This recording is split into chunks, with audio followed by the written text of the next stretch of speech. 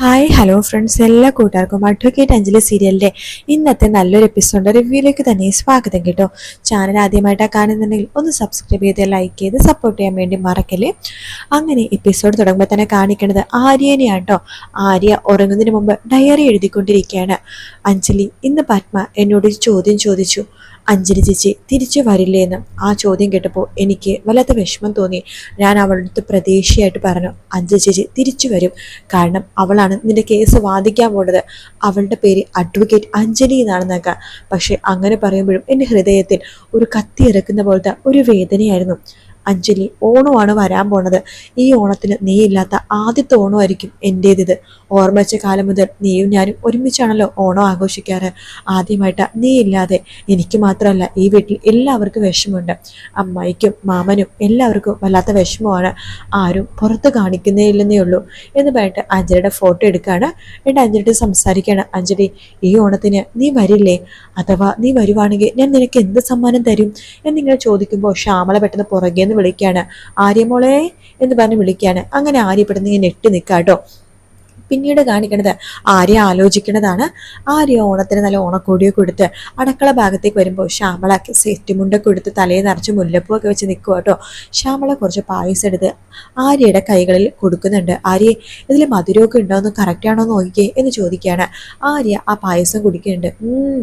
അടിപൊളി, കറക്റ്റ് മധുരം. ഹാവൂ സമാധാനേ, മധുരം കുറഞ്ഞാലേ ആ പെണ്ണിന്റെ മുഖം കറുക്കും എന്ന് പറയുമ്പോൾ ആര്യ ചിരിക്കാട്ടോ. ശേഷം ആര്യ ജസ്റ്റ് ഒന്ന് പുറത്തേക്ക് ഇങ്ങനെ പോകാൻ പോകുമ്പോഴേക്കും ശ്യാമള പറയുന്നുണ്ട്, എല്ലാരെയും നിന്റെ അമ്മാവൻ ഇല വെട്ടാൻ വേണ്ടി പോയിട്ട് ഇതുവരെ കണ്ടില്ലല്ലോ, നീ ഒന്ന് പോയി നോക്കിക്കേ. ഞാൻ നോക്കാം അമ്മായി എന്ന് പറഞ്ഞിട്ട് ആര്യ പുറത്തേക്ക് ഇറങ്ങുന്നുണ്ട്. ആ സമയത്ത് അവിടെ കുഞ്ഞപ്പനും അതും എല്ലാവരും കൂടി ചീട്ട് കളിച്ചുകൊണ്ടിരിക്കാട്ടോ. അത് കാണുമ്പോൾ ആര്യ ചോദിക്കേണ്ടത്, എടാ കുഞ്ഞപ്പ, ഞാൻ നിന്നോട് ഒരു സാധനം മേടിക്കണമെന്ന് പറഞ്ഞു, നീ അത് മേടിച്ചോ? ശർക്കര വരട്ടിയല്ലേ, ഞാനൊക്കെ അതൊക്കെ എപ്പോഴേ മേടിച്ചു. മേടിച്ചായിരുന്നു, എന്നിട്ടെന്താ എന്നോട് പറയാതിരുന്നത് എന്ന് ചോദിക്കുകയാണ്. ആര്യ പറയണ്ടതേ, നിങ്ങളിവിടെ ചീട്ട് കളിച്ചുകൊണ്ടിരുന്നാൽ മതിയോ? അഞ്ജലി ഇപ്പം എത്തും. അഞ്ജലിയോ? അതെ, അമ്പാടി എന്നെ വിളിച്ചിരുന്നു. അഞ്ജലിയൊക്കെ അവിടെ നിന്ന് പുറപ്പെട്ടിട്ടുണ്ടെന്നാ പറഞ്ഞത്. അർജുനും ഉണ്ട് കൂടെ. ആണോ? എങ്കിൽ ഈ പ്രാവശ്യത്തെ ഓണം അടിപൊളിയാക്കണം നമുക്ക് എന്ന് പറഞ്ഞിട്ട് കുഞ്ഞപ്പനൊക്കെ അവിടെ എഴുന്നേറ്റ് ഓടാൻ പോണ സമയത്ത് നമ്മുടെ ഇന്ദിരെ കുറച്ച് മുളകൊക്കെ ഉണക്കാൻ വേണ്ടി പുറത്തേക്ക് പോണ സമയത്ത് കുഞ്ഞപ്പനും ഇന്ദിരയും കൂടി തട്ടി ഇങ്ങനെ പോവാണ്. ആ സമയത്ത് ഇന്ദിര കയ്യിലുണ്ടായിരുന്ന മുളകെല്ലാം ഇന്ദിരയുടെ തലയിൽ തന്നെ വീഴുവാട്ടോ. എടാ കുഞ്ഞപ്പ, നിന്നെ ഞാൻ ഇന്ന് എന്ന് പറഞ്ഞിട്ട് കുഞ്ഞപ്പനെ അടിക്കാൻ വേണ്ടി ഓടിച്ചിടാൻ, അയ്യോ എൻ്റെ അമ്മേ എന്ന് പറഞ്ഞിട്ട് കുഞ്ഞപ്പനും ഓടുന്നുണ്ട്. ഇത് കണ്ട് നമ്മുടെ ശ്യാമലിന്റെ അടുത്തേക്ക് വരുവാണ് ആര്യ. അതെ അമ്മായി, ദേ അവിടെ അടിപൊളി റീല് നടക്കുക, കുഞ്ഞപ്പൻ ബീസ് ഇന്ദിര, കാണണമെങ്കിൽ വാ എന്ന് പറഞ്ഞ് വിളിക്കണം. അങ്ങനെ പിന്നീട് കാണിക്കണം അവർ അത്തക്കളമൊക്കെ ഇടുന്നതാട്ടോ. സന്തോഷത്തോടു കൂടി തന്നെ അത്തക്കള പൂക്കളോടെയാണ്. നല്ല പത്മയും കൂടെ തന്നെ ഇടട്ടോ. എല്ലാവരും കൂടി സന്തോഷത്തോടെ അത്തക്കളമൊക്കെ ഇട്ടുകൊണ്ടിരിക്കുക. പെട്ടെന്നാണ് ഇന്ദിര പുറകിലേക്ക് തിരിഞ്ഞു നോക്കുമ്പോഴേക്കും നമ്മുടെ അർജുനും അതുപോലെ തന്നെ തൊട്ടു പിന്നാലെ അഞ്ജലിയും, അതായത് അവർ ബൈക്കിൽ ഒരുമിച്ച് വരുവാണ്. അഞ്ജലിയുടെ കയ്യിൽ കുറേ കവറുണ്ട്. അവരുടെ മുമ്പിൽ നമ്മുടെ മാവേലിത്തമ്പുരൻ്റെ വേഷിട്ട് വരുവാണ് അമ്പാടി. അങ്ങനെ എല്ലാവരും അവരെ കാണുമ്പോൾ ഭയങ്കര സന്തോഷത്തിൽ എഴുന്നേക്കാണ്, ഇന്ദിര പോലും കേട്ടോ. എന്നിട്ട് അവർ വണ്ടിയിൽ നിന്ന് ഇറങ്ങുമ്പോഴേക്കും കെട്ടിപ്പിടിക്കുകയാണ്. അപ്പോൾ അമ്പാടി പറയേണ്ട എല്ലാവർക്കും ഞങ്ങളുടെ ഓണാശംസകൾ എന്നൊക്കെ പറയാണ്. ശ്യാമളയാണെന്നുണ്ടെങ്കിൽ മോളെ അഞ്ജലി എന്ന് പറഞ്ഞിട്ട് അഞ്ജലിനെ കെട്ടിപ്പിടിക്കുകയാണ്. അർജുൻ, മോനെ സുഖമല്ലേ നിനക്ക്? സുഖം അമ്മേ എന്ന് പറയാണ്. രണ്ടുപേരും ശ്യാമളയുടെ അനുഗ്രഹം വാങ്ങിക്കേണ്ട. ഇതെല്ലാം കണ്ടുകൊണ്ട് ഒരു മൂലക്ക് ഒളിഞ്ഞു നിൽക്കുകയാണെന്നുണ്ട്. ശിവരാമൻ കയ്യിൽ കുറെ ഇലയൊക്കെ ഉണ്ട് കേട്ടോ. ഇന്ദിര നമ്മുടെ അർജുനെ കെട്ടിപ്പിടിക്കേണ്ട, അർജുൻ ഇന്ദിരനെ ചേർത്ത് പിടിക്കുകയാണ്. അങ്ങനെ അവർ ഓണമൊക്കെ നല്ല അടിച്ചു പൊളിക്കുന്ന രീതിയിൽ സന്തോഷത്തോടെ സമാധാനത്തോടെ അകത്തേക്ക് കയറണം. വാ, എല്ലാവരും അകത്തേക്ക് കയറുന്നു വേണ്ട അകത്തേക്ക് വിളിക്കാണ് ശ്യാമള കേട്ടോ. ആ സമയത്ത് അഞ്ജലി ശ്യാമള എടുത്ത് ചോദിക്കണ്ട്, എല്ലാമേ അച്ഛൻ എവിടെ എന്ന് ചോദിക്കുകയാണ്. നിന്റെ അച്ഛൻ ഇല വെട്ടാൻ വേണ്ടി പോയാ മോളെ, എപ്പോൾ വരും എന്ന് പറയാണ്. അഞ്ജലി പുറകിലേക്ക് തിരിഞ്ഞു നോക്കുമ്പോൾ നമ്മുടെ ശിവരാമൻ ഒരു മൂലക്ക് നിൽക്കുന്നത് കാണുന്നുണ്ട് കേട്ടോ. അഞ്ജലി വേഗം ശിവരാമന്റെ അടുത്തേക്ക് പോവാണ്. അച്ഛാ എന്ന് പറഞ്ഞിട്ട് ശിവരാമന്റെ അടുത്ത് പോവാണ്. അച്ഛനൊന്ന് ചിരിക്കച്ച എന്ന് പറഞ്ഞിട്ട് ശിവരാമനെ ചിരിപ്പിക്കുകയാണ്. ശിവരാമന് സന്തോഷത്തോടെ ചിരിക്കാട്ടോ. അങ്ങനെ അഞ്ജലിയും ശിവരാമനും കൂടി അകത്തേക്ക് സന്തോഷത്തോടെ കയറുകയാണ്. എല്ലാവരും ഭയങ്കര സന്തോഷത്തെ ഇല വെക്കുന്നുണ്ട്, സദ്യ ഉണ്ണുന്നുണ്ട്. അഞ്ജലിയും അതുപോലെ അർജുനും കൂടി ചേർന്ന് എല്ലാവർക്കും ഓണക്കോടി കൊടുക്കാണ്. ശ്യാമളക്കും ശിവരാമനും പിന്നീട് അമ്മായിക്കും. എന്നിട്ട് എല്ലാവരുടെ അനുഗ്രഹവും അഞ്ജലിയും അതുപോലെ തന്നെ നമ്മുടെ അർജുനും കൂടി വാങ്ങിക്കുന്നുണ്ട്. എല്ലാവരും പരസ്പരം കെട്ടിപ്പിടിച്ച് സെൽഫിയും ഫോട്ടോ കുഞ്ഞപ്പം പറയുന്നത് നമുക്ക് ഒരു സെൽഫി എടുക്കാന്ന് പറഞ്ഞിട്ട് എല്ലാവരും കൂടി സെൽഫിയൊക്കെ എടുക്കുന്നുണ്ട്. അങ്ങനെ ഓണം അടിച്ചു പൊളിക്കാട്ടോ. ഇത് നമ്മുടെ ആര്യ കാണുന്ന ഒരു സ്വപ്നം മാത്രമാണ്. ആര്യ പെട്ടെന്ന് കണ്ണുകളൊക്കെ തുടച്ചിട്ട് അഞ്ജലി എന്ന് പറഞ്ഞിട്ട് അഞ്ജലിയുടെ ഫോട്ടോ ആ ഡയറിയിൽ തന്നെ വെച്ചിട്ട് ആ ഡയറി പതുക്കെ അടയ്ക്കുവാട്ടോ. അതിനുശേഷമാണെന്നുണ്ടെങ്കിൽ പിന്നീട് കാണിക്കുന്നത് അർജുനെയാണ്. അർജുൻ ഒരു പായം തലയണയൊക്കെ ആയിട്ട് റൂമിലേക്ക് വരുമ്പോഴേക്കും അർജുന് ഇങ്ങനെ റൂമിലേക്ക് വരുമ്പോൾ കാണുന്ന കാഴ്ച എന്ന് പറയണത് അഞ്ജലി കട്ടിലിന്റെ തൊട്ടടുത്ത് തന്നെ ഇങ്ങനെ പായ വിരിച്ച് കിടക്കുവാട്ടോ. അത് കാണുമ്പോൾ അർജുന് വല്ലാത്ത വിഷമം തോന്നുന്നുണ്ട്. അർജുൻ നോക്കുമ്പോഴേക്കും അഞ്ജലി ഉറങ്ങി. അഞ്ജലിയുടെ അടുത്തേക്ക് വേഗം അർജുൻ തന്റെ പായയും തലേണയും കൂടി സൈഡിലേക്ക് വിരിക്കുകയാണ്. അഞ്ജലിയുടെ അടുത്ത് തന്നെ കിടക്കാൻ വേണ്ടി പോകുവാട്ടോ അർജുൻ. പെട്ടെന്ന് അഞ്ജലി ചാടി എഴുന്നേക്കണ്ടേ, നിങ്ങൾ എന്തീ കാണിക്കണത്? അത് ഞാൻ താലി കൊട്ടിക്കൊണ്ടുവന്ന പെണ്ണാത്താൻ.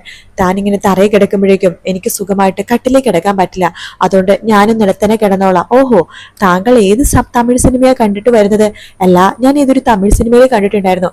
നായിക പായ വിരിച്ച് നിലത്ത് കിടക്കുമ്പോൾ നായികനും പായ വിരിച്ച് നിലത്ത് കിടക്കുക എന്ന് പറയുമ്പോഴേക്കും അർജുൻ അവിടെ നിന്ന് എഴുന്നേറ്റ് പറയണ്ട്, എടോ ഞാനും കണ്ടിട്ടുണ്ട്, പക്ഷേ അതിൽ നായിക പായ വിരിച്ച് നിലത്ത് കിടക്കുന്നതും വഴക്കിട്ട ഭർത്താവ് കട്ടിലിൽ കിടക്കുന്നതുമാണ്. അതല്ലേടോ ശരിക്കും സിനിമയിലൊക്കെ ഉള്ളത്. നമുക്ക് അതിന്ന് മാറ്റി പിടിച്ചൂടെ അഞ്ജലി? അഞ്ജലി പറയുന്നുണ്ട്, ശരി. അതെ, ഈ വീട്ടിൽ ഒരു കൂട്ടം ആൾക്കാരെ ഞാൻ പത്മ കേസ് തോൽക്കാൻ വേണ്ടി ആഗ്രഹിക്കുന്നുണ്ട്. അവരുടെ മുമ്പിൽ എനിക്ക് ജയിച്ചു കാണിക്കണം. അതിനുവേണ്ടി ഈ 4 ചുവരുകൾക്കുള്ളില് അർജുനും അഞ്ജലിയും ബെഡിൽ ഒരുമിച്ചാണ് കിടക്കുക. പക്ഷെ അർജുന്റെ ആ ഒരു ലോകത്തും അഞ്ജലിയുടെ ലോകത്തായിരിക്കും കഴിയുന്നുണ്ടാവാം. മനസ്സിലായോ എന്ന് പറഞ്ഞിട്ട് അഞ്ജലി ബെഡിന്റെ ഒരു സൈഡിൽ കിടക്കാണ്. അർജുനും ബെഡിന്റെ സൈഡിൽ വന്നിരിക്കുന്നുണ്ട്. എന്നിട്ട് അഞ്ജലി എടുത്ത് പറയുന്നുണ്ട്, താൻ പറഞ്ഞ ശരിയാണ്. ഈ വീട്ടിൽ ഒരു കൂട്ടം ആൾക്കാർ താൻ പത്മ കേസ് തോൽക്കാൻ വേണ്ടി ആഗ്രഹിക്കുന്നുണ്ട്. പക്ഷെ താൻ പത്മ കേസ് ജയിക്കണം, അതാണ് എൻ്റെ ഏറ്റവും വലിയ ആഗ്രഹം. പത്മ കേസൊക്കെ ജയിച്ചു കഴിഞ്ഞിട്ട് എനിക്ക് തന്നോട് കുറച്ച് കാര്യങ്ങൾ സംസാരിക്കാനുണ്ട്. അത് സംസാരിച്ചിട്ടും താൻ എന്നോട് അടുക്കുന്നില്ല, എന്നെ വിശ്വസിക്കുന്നില്ല എന്നാണെന്നുണ്ടെങ്കിൽ പിന്നീട് ഒരിക്കലും അർജുൻ തൻ്റെ അടുത്തേക്ക് സംസാരിക്കാൻ വേണ്ടി വരില്ല. തൻ്റെ അടുത്ത് നിന്ന് ഞാൻ അകന്നു പോയിരിക്കും. ഒരിക്കലും തിരിച്ചു വരാത്ത ഒരു ലോകത്തേക്ക് ഞാൻ മടങ്ങിപ്പോകും എന്ന് പറഞ്ഞുകൊണ്ട് അർജുൻ കണ്ണൊക്കെ തുടച്ച് അഞ്ജലിനെ ഒന്ന് എത്തി നോക്കുമ്പോൾ അഞ്ജലി ഉറങ്ങി കേട്ടോ. അപ്പൊ അർജുൻ പറഞ്ഞു, ഓഹോ താൻ ഉറങ്ങിയല്ലേ, അപ്പോൾ എന്നോട് സംസാരിക്കാൻ പോലും തനിക്ക് താല്പര്യമില്ലല്ലേ? ഞാനപ്പോൾ ഇത്ര നേരം സംസാരിച്ചത് വെറുതെയായി. എടോ അഞ്ജലി, ഞാൻ അത്രക്കും ഒരു ചീത്തവനാണോ, ഞാൻ അത്രക്കും കൊള്ളെഴുതാത്തവനാണോ എന്നൊക്കെ ചോദിച്ചിട്ട് അർജുനും സങ്കടത്തോടു കൂടി തന്നെ കിടക്കുവാട്ടോ. അഞ്ജലി ഉറങ്ങിയിട്ടുണ്ടായില്ല. അഞ്ജലി കണ്ണ് തുറന്നിട്ട് പതുക്കെ ഇങ്ങനെ കരച്ചിലിങ്ങനെ പൊട്ടിപ്പിടിച്ചിട്ട് ഇങ്ങനെ കിടക്കുക കേട്ടോ പിന്നീട് കാണിക്കുന്നത്. അതിനുശേഷം അനുപമ രാത്രി തന്നെ കാവ്യനെ ഫോണിൽ വിളിക്കുന്നുണ്ട്. കാവ്യ ഫോൺ എടുക്കണ്ടേ, അനുചേച്ചിയാണല്ലോ എന്ന് പറഞ്ഞിട്ട് ഫോൺ എടുക്കുകയാണ്. ഹലോ അനുചേച്ചി പറ. കാവ്യ, എന്താ ചേച്ചി ഈ സമയത്ത്? ഒന്നും പറയണ്ട, രാഘവന്റെ അങ്കിളെ അഞ്ജലിനെ ഇവിടേക്ക് കയറ്റിയത് എന്തിനാണ്?